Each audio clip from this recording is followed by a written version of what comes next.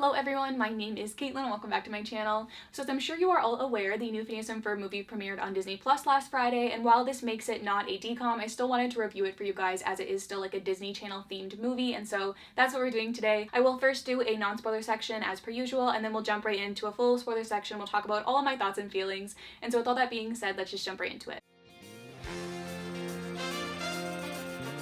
So Phineas and Ferb the movie, Candace Against the Universe, follows everyone's favorite older sister Candace getting abducted by aliens, which leads to Phineas and Ferb and all of their friends on a journey to rescue her. And overall, I love the movie. I thought it was great. If you're a Phineas and Ferb fan, definitely check it out. I mean, this is the first like real Phineas and Ferb content we've gotten in like 5 years since the show ended, so I feel like if you are a Phineas and Ferb fan, you've probably already checked it out. But even if you were just a casual viewer who's seen like a few episodes, I would still recommend watching the movie because it was a really fun time. Or even if you've never seen an episode in your life, like when I was rewatching this movie, my friend Katie was around and they had never seen an episode, and so I went to pause it to explain like what was going on, and they were like, no, I got it. And so I guess my point is, whether you're a fan of the show or not, I would still recommend checking out this movie because it is a lot of fun. I do have to say though, after watching this movie, I couldn't help but compare it to the first Phineas and Ferb movie, Across the Second Dimension, and I personally feel like this movie didn't live up to that one. In my opinion, the first Phineas and Ferb movie is one of the best DCOMs of all time. It outshines expectations and is just overall an incredible movie, whereas I feel like this movie met expectations but didn't go above them. But that's just my own opinion. Like I said, I still love this movie. I thought it was amazing. If you haven't watched it, definitely check it out. But with all that being said, let's move on to the spoiler section.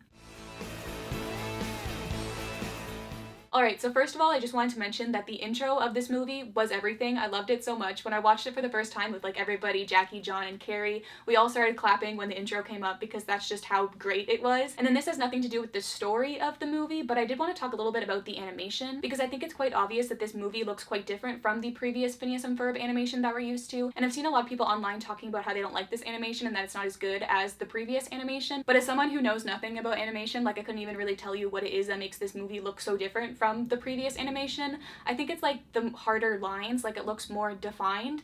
I don't know, but I personally found the animation to be fine. Like I thought that it almost made it look more current, like a more updated version of Phineas and Ferb. The only thing I didn't like though was those weird dark patches that they put underneath Candace's eyes for a few moments in the film when she was like in distress. I just felt like it looked really weird and didn't really fit with the animation style. But yeah, like I said, overall I thought that the animation was fine, but also I don't really know what I'm talking about, so that's just my opinion. But moving on to the plot, which is what this section is supposed to be about, overall I really loved the story of this movie. I loved that Candace was the main character. She's probably my favorite character from the series, and so it was really fun to see her kind of fleshed out in this movie, and I feel like that they told the story that they were trying to tell really nicely. But I will say, something that bugged me after watching this movie for the second time was the fact that they never really explained why they were abducted in the first place. Like, why was the ship on Earth to begin with? I assume it was because the big doctor lady was trying to find some sort of source to revive her plant, but then it doesn't really make it seem like they were abducted on purpose. Like, there was no one waiting for them once they got to the ship, but then she still acts like they were abducted on purpose when she sees Candace and says that she's the chosen one, and so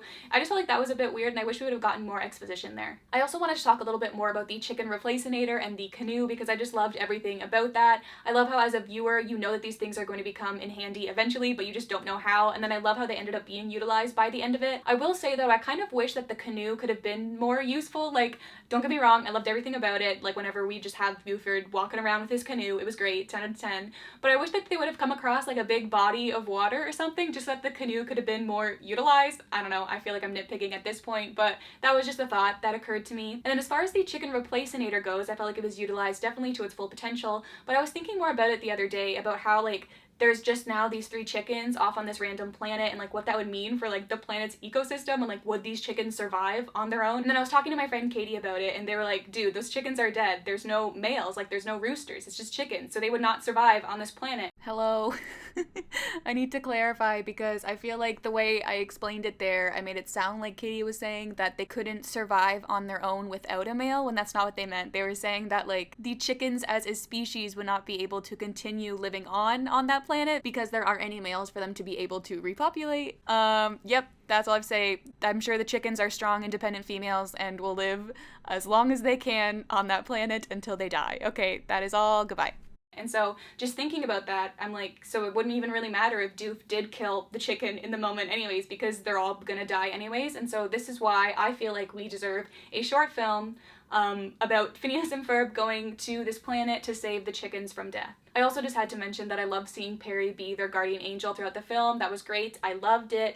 Oh, also something else that bugged me was the noise. They never explained why everyone could hear this noise when they looked at the castle except for Buford. Like, why could they all hear it except for him? I don't know, but I want answers. Also, when we were watching the movie, at the part where Candace is strapped to the treadmill, my younger brother John was like, why doesn't she just lay down? And we're all like, you are dumb, you cannot just lay down on a treadmill. And so I really appreciated the part where she escapes by pushing the guard against the treadmill, because then we could be like, see, you can't just sit down on a treadmill. It does not work like that. Also, while we're on the topic of the ending, I wanted to mention that I found the big evil plant to be really familiar. I don't know why, but I really recognized it when it went into like its full evil form. I do not know why, but if anyone can let me know why in the comments down below, I would really appreciate that. I will say though, after watching the movie for the second time, I found the ending to sort of lose my attention a little bit. I just found it to not be as captivating as the rest of the movie, but I do still think it was wrapped up nicely. I loved when they gave Candace her gift. When I watched it for the first time, I was full on crying. I feel like it was so well done. Even when I was watching it the second time, I still got teary-eyed just because it was such a good moment. And then just because I am a Phineas and Ferb stan, I wanted to complain for a second, just because I feel like there wasn't enough references to the show in the movie. Like, the amount of times that they went to space in the show, you'd think that they would have had more callbacks to that, but there was hardly anything. The only reference we got to Queen of Mars was when Candace was like, I'm not just a human sacrifice, right? But even that wasn't a very noticeable reference. And then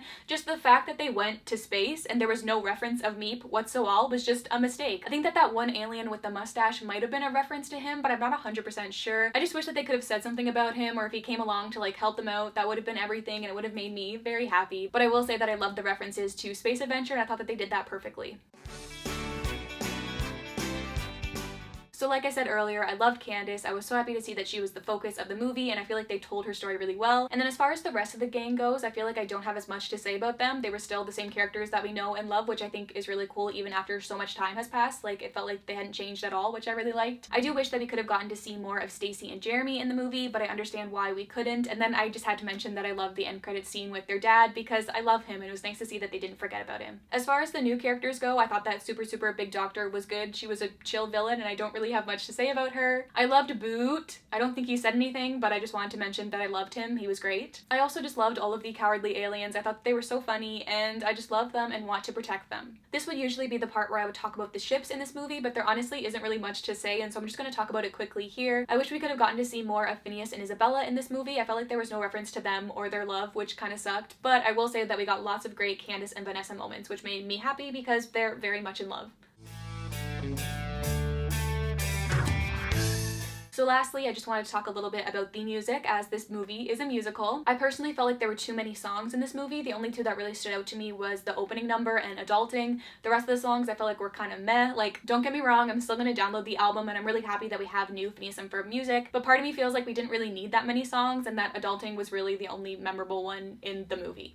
But overall, like I said, I did really enjoy this movie. I thought that it was really good. If you haven't seen it, definitely check it out. It may seem like I'm nitpicking it with this review, but that's honestly just because it was so good and I'm just trying to find things to talk about. The last thing that I wanted to mention is that it was incredibly funny. I wrote down so many jokes that I loved in this movie, but I feel like the real highlights were the breaking of the fourth wall during the light speed and the Roblox repeating. That was so great and I loved it. And so yeah, let me know down below what you guys thought about the new Phineas and Ferb movie. I can't wait to read all about it. Anyways, Cater Tots, that's all I have to say for today. I hope you'll have a wonderful day and I'll talk to you very, very soon.